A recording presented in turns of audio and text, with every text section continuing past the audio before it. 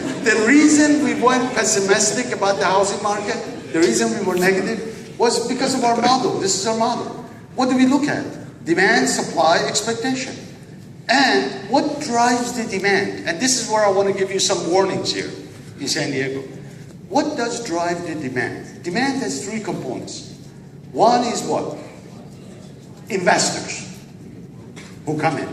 One is foreign buyers. Now, in San Diego, you don't have as many foreign buyers. We have it in Orange County and San Francisco, quite a bit.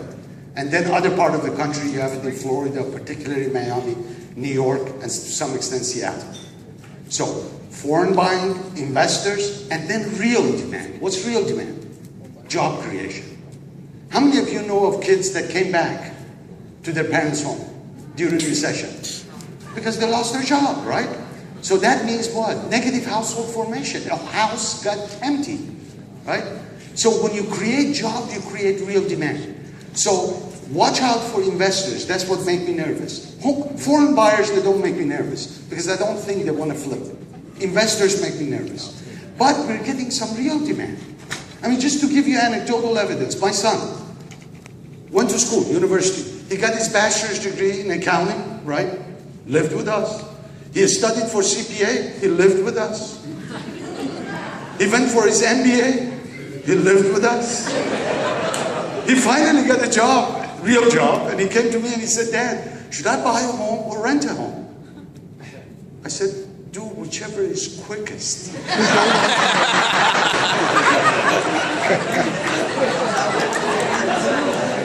I said, "I help you."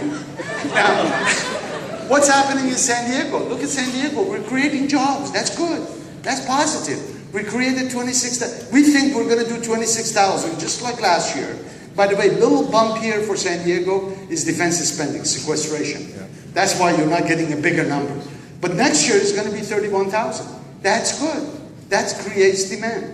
And then next number is what? Affordability. What do you think my son did, by the way? Did he buy or rent? He bought. Why did he buy? In Orange County, the rent for two bedroom, two bath is almost $1,700. He bought a two bed, two bath. After the benefit, tax write-off that you get, his monthly payment is about $1,900. And actually, if you look at affordability in San Diego, look at what happened here. Look at 2005 here. If somebody in San Diego had a median family income, which was about $70-some thousand, and would have bought a medium price home, they had to spend 48% of their income for principal of mortgage and property taxes. And this is after all the benefits. It was ridiculous. Now where are we? 21.8. This is, by the way, this is 2012. Now, what do we think is going to be in 2013? You notice mortgage rates went up a little bit. Prices are going up. This is what we think is going to happen. Still is respectable. Now, we simulated this for a mortgage rate of 5.5%. See where it's going to hit. That's where it's going to be. So still around the average. Now watch out though. If next year if mortgage rates go up, interest rates go up, because the economy is strong, don't worry. Why? Because the job creation makes up for it. How many of you remember 80s? Mortgage rates were 8-9%, people buying home. But if mortgage rates go up for different reasons, then you have to worry about it. So we put 5.5%, we think that's going to be high next year. It still is going to be affordable. So on the demand side, we think it's pretty good. It's positive. On the supply side, we have a problem. We're building more homes. It's good for the economy, but it's not good for prices. You don't want to build too many homes. So I'll put it negative. Unsold inventory, what's happening there? It's very favorable. Look at the most recent number I have is July of 2013 compared to July of 12. Look at on the high end. If somebody had a home, $1 million, would have listed last year in July, it would have taken almost 12 months to sell it. Now it's down to what? 7 months. And if you look at on the low end of the market, you see extremely tight market. Look at 300 to 500,000, 2.5 months. A typical escrow is what, 45 days? So it's a tight market. By the way, I was in Atlanta, this is funny. I showed this, not for San Diego, for California. And somebody emailed me when I got back. He said, "What can you buy in California? Single family below 300,000. So I went to one of my assistants and I said, Linda, can you show me a listing there? He said, here you go. This is what you can get.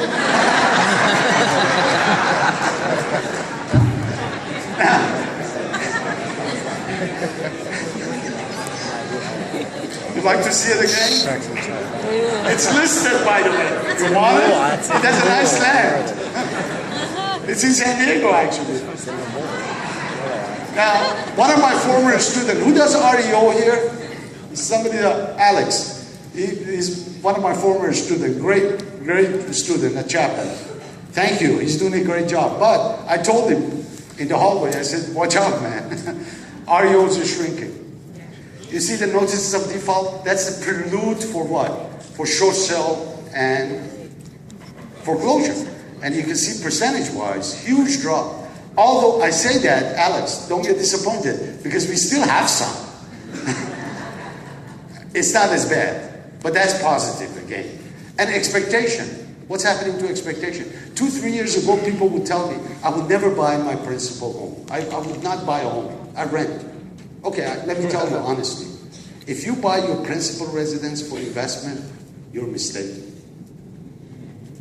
You don't make money when you buy your home to live in. You have to be very lucky to do that. You have to be very lucky to buy low and high.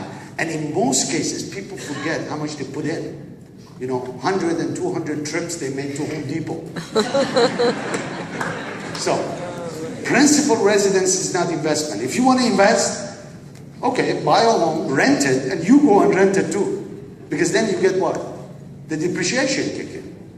But expectation now is changing. 2 years ago they said, we're not going to buy. Now they buy. Why? Because they saw the rents are going up. So expectation is coming positive. So you can see in our model, what is it now? How many greens do you see? 4 and 1 red. So you see in our equation, they come in at negative and positive. So we think home prices this year are going to average about 19.2%. Part of that is due to changing mix. I don't want to get in there. But expect much lower appreciation. The 8.7 you see I put in there, that's assuming mortgage rates are 5% next year. We're right now about 4.5%. So if it goes to 5.5%, drop that one by what? At least 2-3 percentage points. So still the housing market is healthy. I think the demand is there. What we need though, really, to get this continue is create jobs, reduce uncertainty, because that's what the real demand is. Now, I think I did okay. Let me finish by saying one thing. You know, it is kind of petty. I go all around and give talks, and then I don't see the people. So if you want to follow our research, if some of you are interested, this is the best source for you. If you type in Google, the Facebook page that we have, you're going to get all of our updates, all of my interviews, all of the TV show. I have a TV show. When you can't sleep, just watch. Boom! You're going to fall asleep. And let me finish, because this is my last event with Chase. I mean, Mark, Susie, Lawrence, Joe, Fadi, thank you very much for having me here. And let me say something. I lost a good friend of mine last year, and I forgot to mention this couple of places. I promised to myself, everywhere I go, to is the spirit, I would wish you the most important thing, and that's a good health and happiness and prosperity. Thank you for having me.